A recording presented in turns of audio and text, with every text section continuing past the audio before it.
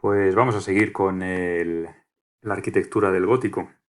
Repasando muy rápido, elementos típicos, el arco apuntado, pointed arc, que permite hacer las catedrales mucho más altas, distribuir el peso de las bóvedas y esas paredes, como ya no tienen que soportar tanto peso, se pueden llenar de vanos. Los vanos se rellenan de vidrieras, que son cristales tintados, cristales que representan ilustraciones de temas religiosos, de temas de la Biblia y cosas de este tipo.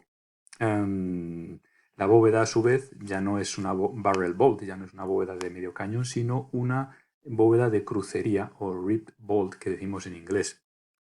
Eh, y resulta de cruzar todos esos nervios que salen del arco apuntado, ¿vale? Creo que habíamos visto aquí, por ejemplo, es un buen ejemplo. El interior de la Catedral de Chartres, en Francia, vemos que esta bóveda de crucería, esta Reed Bolt, lo que hace es descargar el peso a través de estos nervios en los pilares y en las columnas, de forma que aligera muchísimo el muro y el muro se puede llenar de vidrieras. Bueno, estábamos viendo las vidrieras de la Catedral de León, que dentro del mundo de las vidrieras son de lo mejor que hay en España. Y ya veis, es que casi la pared desaparece, o sea, solo hay vidrieras y los nervios que cruzan entre medias, o sea, es lo mínimo mínimo para que haya algo de elemento de sustentación, ¿eh? El mínimo elemento de apoyo es lo que aparece en estos muros. Esto es la Catedral de Rouen, en Francia, por dentro, pues lo mismo. Arcos apuntados, una galería de arcos, la Central Nave, la nave central, ya sabéis, normalmente más ancha que las laterales, cubierta por una bóveda de crucería, por una reed bolt y con las vidrieras al fondo. Las vidrieras en inglés llamamos stained glass, como cristal tintado. Y estas son posiblemente las vidrieras más espectaculares del mundo. Esto es la Sainte-Chapelle, está en París, está al lado de Notre Dame, al lado de la Catedral de Notre Dame. Y es una capilla no muy grande, pero que fijaos qué vidrieras tiene, unas vidrieras altísimas y con unos nervios finísimos, finísimos. Es decir, aquí sí que parece que la bóveda se está sujetando casi en el aire, ¿no? Con estas vidrieras tan, tan altas y tan grandes que ocupan prácticamente todo lo que hubiera sido un muro en el romanesque, todo lo que hubiera sido un muro, pared, ahora es ocupado por vidrieras. Esta es la Catedral de Lincoln, esta está en Inglaterra. Las catedrales inglesas, esto ya lo dije en el romanesque, se caracterizan por ser gigantescas, son grandísimas. Y por esta fachada principal que las llaman fachada de pantalla, por motivos obvios, ¿no? Son así como un mazacote gigantesco que hace como una pantalla. Y bueno, por lo demás características parecidas, el arco apuntado, las torres muy altas, mucha altura, todo tiende hacia lo alto. Eso de tender hacia lo alto pues también tiene cierto simbolismo, ¿no? Porque es como que intentan llegar hacia el cielo. Y como todo es a mayor exaltación del cristianismo, pues bueno, pues tiene ese simbolismo también, ¿vale? Todo está lleno de simbolismo, la forma de cruz, los arcos, estas torres en punta, estas puntas se llaman pinnacles, y quiere decir pináculos.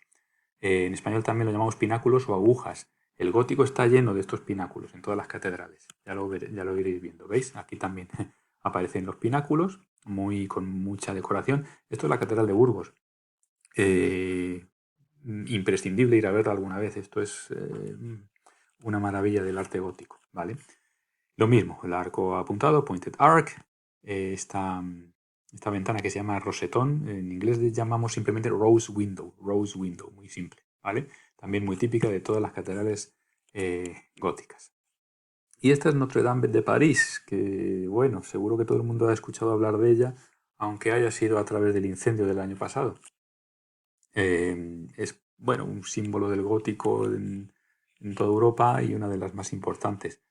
Estas fachadas así, típicas del gótico francés, las llaman fachadas en H, ¿no? Por la forma que tienen. Pero bueno, que lo que me interesa son las características generales. Otra vez, pointed arches, rose window.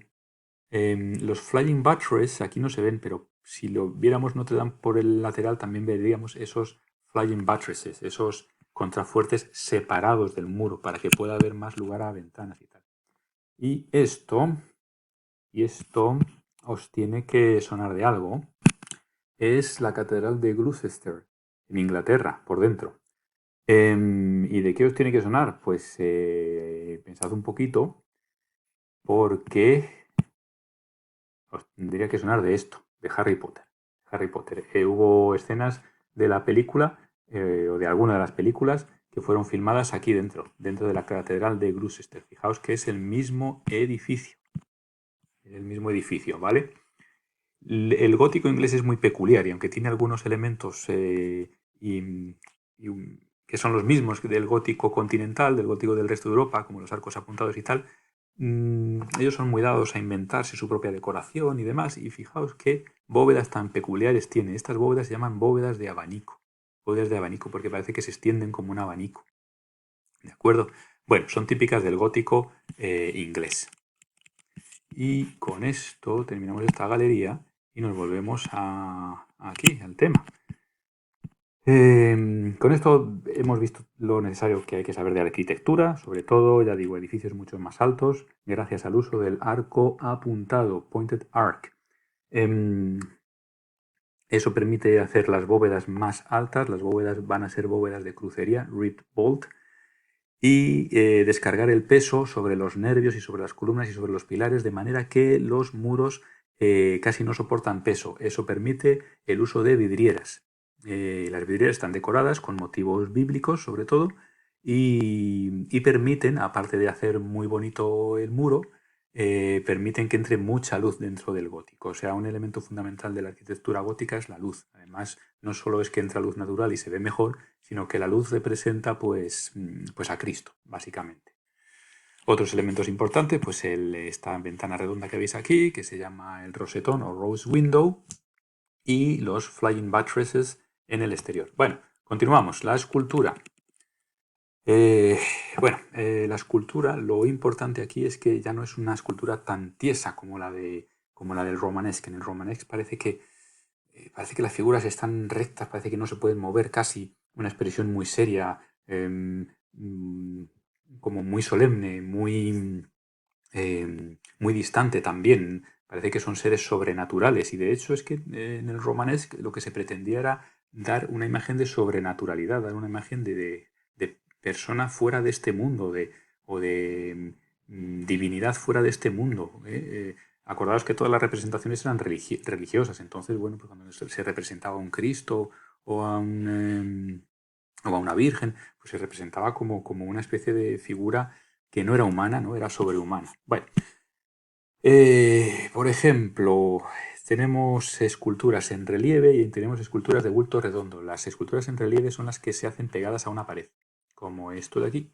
Y las esculturas de bulto redondo son las que están separadas. Son, por ejemplo, una estatua o un monumento. Un monumento que veáis por ahí por la calle, pues eso es bulto redondo. Y si son esculturas pegadas a una pared, como las que están pegadas a la pared de una catedral, son relieves. Entonces aquí tenemos varios relieves. Esto de aquí, ya veis que aparecen estas figuras alrededor en el medio está el Cristo, que esta representación se llama Pantocrátor, que quiere decir todopoderoso, el Cristo en majestad, que está sentado sobre un trono y demás, y alrededor una serie de criaturas que, si alguien recuerda lo que explicamos en el Romanesque, representan a los evangelistas. ¿De acuerdo? Este ángel de aquí representa a San Mateo, el águila representa a San Juan. Esto de aquí es un toro que representa a San Lucas y esto de aquí es un león que representa a San Marcos. Por eso si alguno va a Venecia y ve la Catedral de San Marcos, verá que en la fachada principal hay un león, que es la representación de Marcos. Bueno, como veis, las figuras tienen más movimiento que en el romanesque, tienen como más vida, parece que se mueven, que se retuercen. Este león en el romanesque, en el románico, hubiera sido un león así quieto, sin movimiento. Incluso estas esculturas de aquí parece como que están hablando entre ellas, ¿no? Tienen como un poco de comunicación.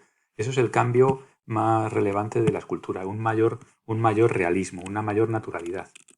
Fijaos en estas otras esculturas de aquí. Esto es la Catedral de Reims, en Francia. Em, Vuelvo a recordar, vuelvo a decirlo, ¿no? Las vírgenes del románico eran vírgenes muy tiesas, muy rígidas, sin comunicación, eran como una especie de ser de otro mundo. Aquí ya parecen personas, simplemente, ¿no? Entonces, este grupo escultórico de la Catedral de Reims, en Francia, representa dos escenas de la Biblia. Primero, la Anunciación. Este de aquí es la Anunciación. Es un ángel, ¿veis? Que tiene alas. Bueno, este ala se ve que se ha roto y que le está diciendo a la Virgen María aquello de vas a engendrar un hijo y que será del Espíritu Santo. Claro, ella le dice, pero ¿cómo voy a tener un hijo si no, en fin, si no tengo marido ni nada y tal? Dice, no, no te preocupes, o bueno, sí tendría marido, pero no, en fin, que no habían hecho nada por procrear, digamos, que era virgen. Y entonces le dice, no te preocupes porque va a ser un hijo del Espíritu Santo y aunque seas virgen van a hacer de ti y demás. Entonces, claro, María le dice algo así como, hágase en mí según tu palabra, tal. Bueno, soy la sierva del Señor, lo que sea. Ya acepta lo que tenga que aceptar y ya está. Pero claro, se había quedado muy conmocionada, ¿no? Y entonces, cuando ya se va el ángel, ella corriendo, corriendo, se va a ver a Isabel, que Isabel, no me acuerdo si era su prima o su tía, bueno, era familia. Y entonces es esta otra escena. Esta escena se llama la visitación, la visita de María a Isabel. Lo llaman la visitación, ¿vale? Entonces, esto pasó primero y esto pasó justo después. Entonces le dice Isabel, Isabel, que mira lo que me ha pasado, que ha venido un ángel y me ha dicho esto, tal y cual. Y entonces Isabel le dice esto tan famoso de Ave María, bendita tú eres entre todas las mujeres, ¿no? Porque vas a tener vamos, vas a dar nacimiento a Jesucristo, en fin, bueno, todo lo que dice el cristianismo, ¿no? Sobre el tema este. Pero lo interesante aquí en el arte es cómo estas figuras ya tienen, como se inclinan unas hacia otras, como parece que hablan, como que tienen cierta comunicación, mueven las manos. Si veis el tema anterior en el romanesque, era todo mucho más rígido, no había esa comunicación, no había ese naturalismo de las figuras. Aquí tienen cierta naturalidad, se mueven como, parece que se mueven con cierto movimiento humano, ¿no? No son unas figuras rígidas puestas ahí, ya está. Parece que hablan, parece que se comunican. Este otro caso de aquí, esto es una escultura sobre Moisés. Este realismo, este es un escultor alemán que se llama Karl Schluter. Karl Schluter. Nunca se había hecho un realismo como este. O sea, este realismo no se había alcanzado nunca. Esta naturalidad al representar las caras, el pelo, la barba, los pliegues de la ropa, las manos, la posición del cuerpo, el movimiento del cuerpo, cómo se voltea, cómo se retuerce. Eso jamás se había alcanzado tanta perfección hasta que llegó Karl Schluter. Algún otro ejemplo que tenemos por aquí. Bueno, estos son ejemplos de la representación de la Virgen y el Niño. La Virgen y el Niño es un tipo de escultura que se ha hecho muchísimo durante toda la historia. Pero esta, por ejemplo, que es del romanesque o del final ya del romanesque, fijaos, ¿no? La Virgen tiesa, el niño aquí tieso, no sé, da la impresión de que a esta mujer le han puesto, está ahí como que me han puesto aquí un niño en la rodilla que no sé ni quién es. No hay ningún tipo de comunicación. Esa rigidez, esa falta de naturalidad, pretendían comunicar esa especie de cosa sobrenatural, como que esto no es de este mundo. No es que fueran malos escultores, es que querían comunicar, no les interesaba tanto la belleza, sino comunicar un mensaje como de divinidad, como de ser fuera de este mundo, ¿no? El niño, incluso el niño es que ni siquiera parece un niño, parece un señor pequeño, ¿no? Que está ahí puesto. Pues lo mismo, esa rigidez, esa solemnidad, eso es típico del románico, ¿vale? Pero nos vamos al gótico y tenemos una expresión mucho más natural, ganan mucho en expresividad. O sea, yo veo esta Virgen con el niño y ya aparte de lo que tenga de cristiano o no, la imagen, yo lo que veo es una madre con su hijo. Una madre que mira al hijo, como que le sostiene, como que hay una expresión de cariño, ¿no? Igual que en esta. Eh, Esta también es Klaus Schluter, el mismo de antes. Es una virgen que tiene una expresión como de madre, ¿no? De una madre con su niño pequeño, de cariño y de cierta comunicación, ¿vale? Entonces eso Eso es fundamental, ese cambio a un mayor naturalismo en la escultura del gótico.